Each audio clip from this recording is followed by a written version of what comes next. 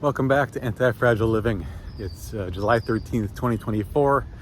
I'm here in Milwaukee, Wisconsin, where coincidentally the Republican National Convention is going to be held next week. And it's been an hour or two since the news of Donald Trump being shot at a campaign rally just broke. So when you're seeing this in the future, I don't know many of the details other than the gunman was killed, and it sounds like a innocent bystander. But what I want to focus on for the purpose of this video is what does this mean for both Donald Trump and for the United States in general. So let's talk about that. Okay, as far as Donald Trump is concerned, obviously we're all glad he's at least alive, no matter where you stand on the political spectrum. And again, I made a Trump video a couple weeks ago talking about how anti-fragile he is. It's not a political video for or against him, and neither is this one, but it's more of an update. It's amazing. This is just another chapter in his anti-fragility. So just from a philosophical, academic perspective, this is a very interesting story. So again, we've never seen a political person or even a public figure quite like Donald Trump. There's been very few of those who have taken the blows he has from, you can start with, I guess, smear campaigns of the first election, and that's just something that's normal on both sides of the political aisle. Not a Democrat or Republican thing, but these things go on, no doubt about it. Misinformation.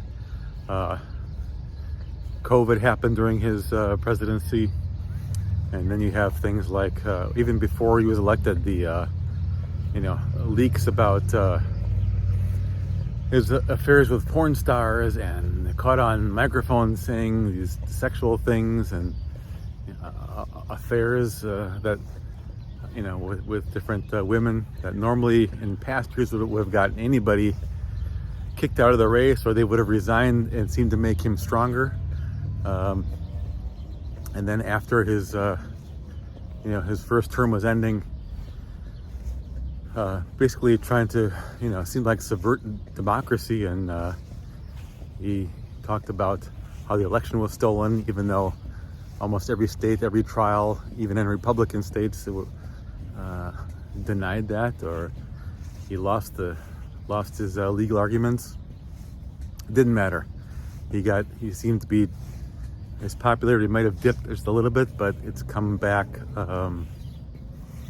full force. The Stormy Daniels thing, all the recent, since he's left office, all the recent legal troubles.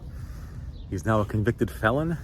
That seemed to even make him stronger, not weaker. So anything opponents or other people try to do to him, he seems to come out stronger. And that's the definition of anti-fragile. You take blows, you take variability, you take chaos, and you get stronger. Again, not an endorsement of Trump. I'm just observing what's going on. Today he gets shot in the head. Thankfully he wasn't killed, but obviously that would have ended things. But there's no doubt that this is going to, we'll see what happens, but there's no doubt in my mind that he's going to come out of this even more powerful and a cult of personality and popular than ever before. I mean, my instant reaction today watching the videos of the blood streaming down his face, the fist in the air. This was like something out of professional wrestling. And you compare that with the Biden press conference, which I just saw, where he rightly condemned the violence, but all of a sudden Trump seems so huge and such a figure. Biden seemed just like this weak, almost obsolete kind of political figure. So I think this is going to be super interesting to watch, just like I said, from an academic perspective, to see what happens from here on out. But I expect this will only make Trump much more popular. There's calls about toning down the political rhetoric, which I think is great because this country is way, way too divided.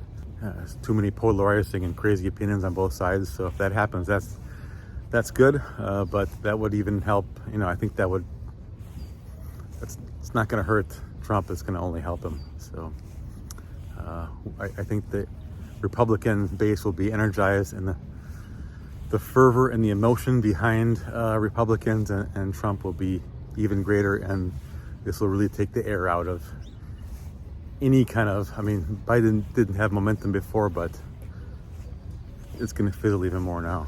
It's just my opinion. Again, on July 13th, 2024, we'll see what happens, but that's what my gut tells me. So